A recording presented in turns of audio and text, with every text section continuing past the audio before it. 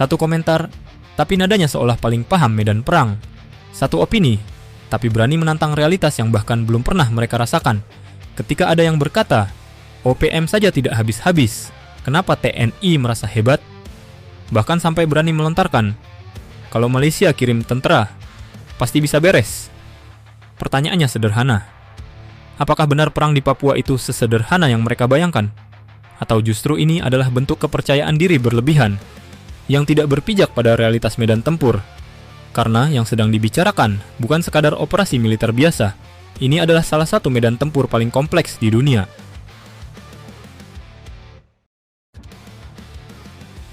Realitas Papua bukan medan perang biasa.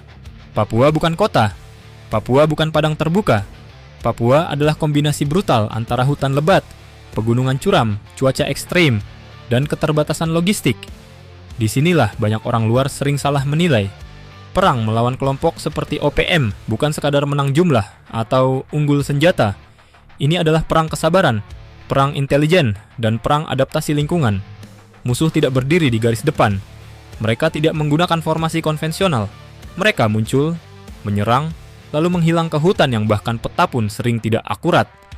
Di medan seperti ini, teknologi canggih pun tidak selalu menjadi penentu kemenangan.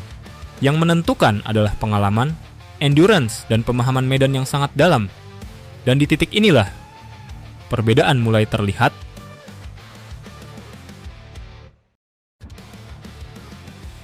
TNI dan jam terbang perang hutan. TNI bukan baru kemarin menghadapi perang seperti ini. Dari Aceh, Timur Timur, hingga Papua.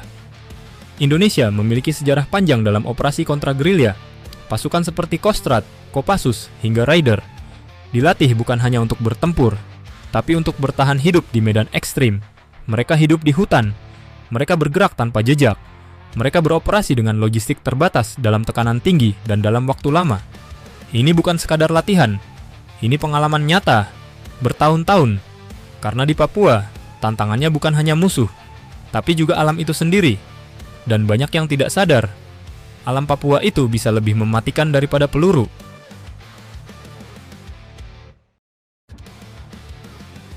Lahat Datu, pembanding yang sering diabaikan.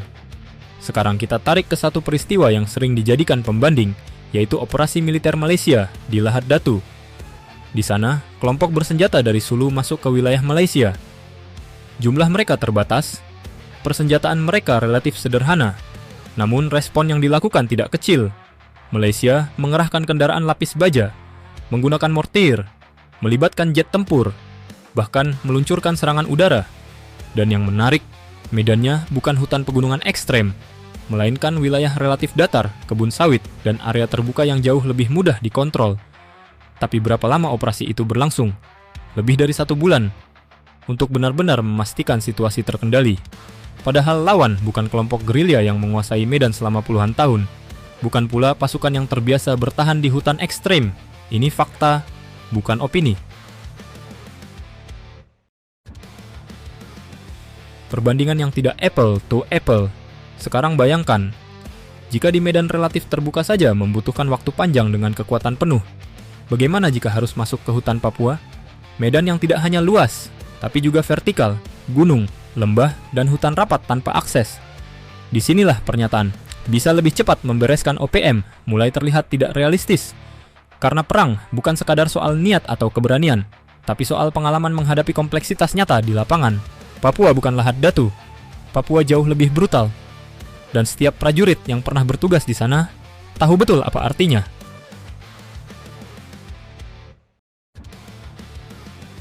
Perang gerilya, perang yang tidak terlihat. OPM bukan tentara konvensional. Mereka tidak punya pangkalan besar yang bisa dihancurkan dengan satu serangan udara. Mereka bergerak dalam kelompok kecil. Mereka menyatu dengan medan. Dan mereka memanfaatkan geografi sebagai senjata utama. Inilah karakter perang gerilya. Sejarah sudah membuktikan, dari Vietnam hingga Afghanistan, bahwa pasukan modern pun bisa kesulitan menghadapi model perang seperti ini. Jadi, ketika ada yang menyederhanakan konflik Papua, seolah hanya soal, kenapa belum selesai? Itu berarti mereka belum memahami jenis perang yang sedang terjadi.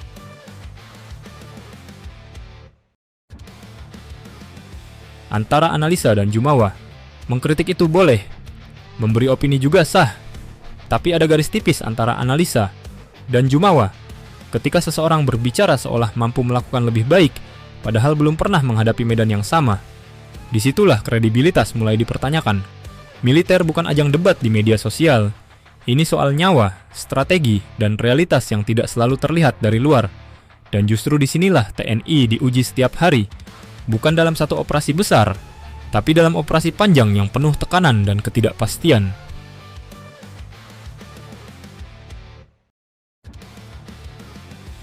Papua bukan sekadar wilayah konflik. Papua adalah ujian nyata bagi setiap pasukan yang masuk ke dalamnya.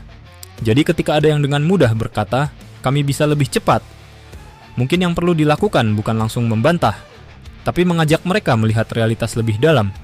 Karena di balik setiap operasi, ada prajurit yang bertaruh nyawa. Ada medan yang tidak bisa diprediksi, dan ada musuh yang tidak pernah benar-benar terlihat. Perang di Papua bukan tentang siapa paling keras bicara, tapi siapa yang paling siap menghadapi kenyataan. Dan di medan seperti itu, pengalaman selalu lebih berbicara daripada sekadar opini.